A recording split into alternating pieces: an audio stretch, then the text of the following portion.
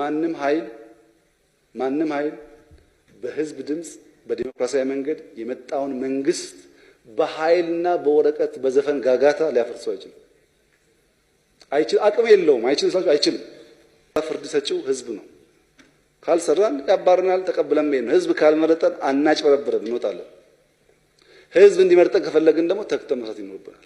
ከሰራን ህዝብ የሚፈልገው ስራ ስለሆነ በዚሁ አግባብ ማየት ጠቃሚ ነው።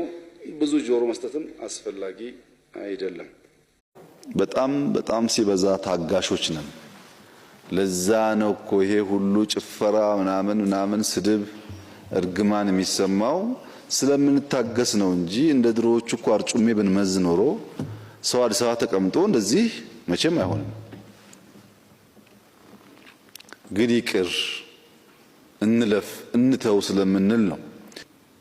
ህዝቡም እያየ እያስተዋለ ነገር ይቀየራል ለምናስበው በዛ አግባብ ነው። ሰላም እንዳላችሁት እንፈልጋለን።